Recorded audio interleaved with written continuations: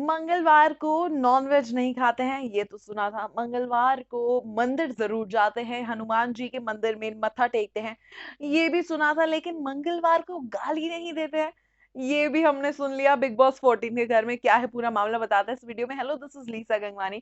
यहाँ पर अभिनव बोलते हुए नज़र आ रहे हैं कि मंगलवार को कविता गाली नहीं देती है। जी हाँ, ऐसा क्या हुआ है तो बता देते हैं आपको कि भाई वोट वाला टास्क चल रहा था, जहाँ पर 5 सीट्स मौजूद थी, लोग थे 6, यानी कि एक इंसान को नहीं मिलेगी सीट और उसको अपनी अगर सीट हासिल करनी है तो किसी ना किसी को उठाना पड़ेगा कैसे भी। तो ऐसे में कविता कौशिक रह जाती है, वो छठी कंटेस्टेंट जिनको सीट नहीं मिलती है। तो वो बिल्कुल भी कोशिश नहीं करती हैं किसी को उठाने की। वो कहती हैं कि ठीक है, मैं हार गई, मैं एक्सेप्ट करती हूँ क्योंकि इनमें से कोई भी नहीं उठेगा। लेकिन ये वही कविता कौशिक है जो कल के टास्क में सब कुछ बोलने को तैयार थी, गाली देने को तैयार थी, पर्सनल अटैक करने को तैयार थी, हर तरह की कोशिश करने को तैयार थी ताकि वो घर से बेघर ना हो जाए।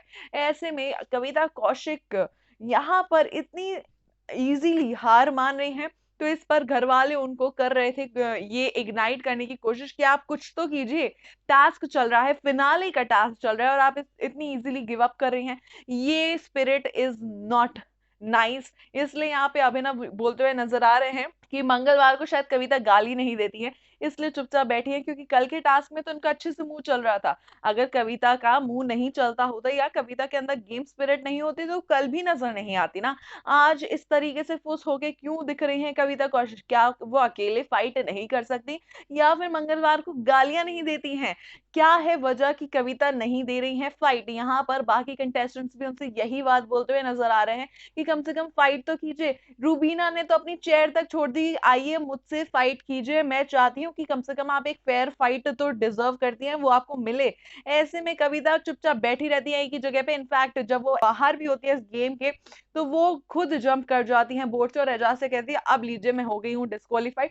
अब ये आप बोर्ड जो है अंदर शिफ्ट कर दीजिए शार्क के मुंह में, ताकि मैं बाहर हो पाऊं इस गेम के। यानी कि यहाँ पर कविता इतनी ज्यादा फुस दिखाई दी है, इतनी ज्यादा जो है वीक दिखाई दी है कि उसकी कोई सीमा नहीं है। यहाँ पर कविता ने फाइट देना तो दूर की बात, फाइट देने का विचार भी अपने दिमाग में नहीं लाया। जहां पर रूबीना अपनी चेयर खुद छोड़ नहीं थी, कह रही थी आइए मुझे फाइट दीजिए, तो भी कविता उठकर नहीं गई।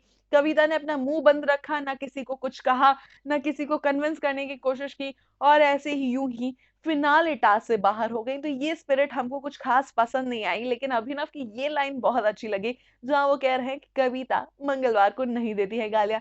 कैसी लगी अभिनव की आपको ये लाइन और कविता का एटीट्यूड? जरूर लिखकर बताइए हमें कमेंट सेक्शन में। साथ ही हमारा चैनल देखते रहिए, क्योंकि ऐसी बातें, ऐसी खबरें हम एक्सक्लूसिवली आप तक पहुंचाते रहेंगे।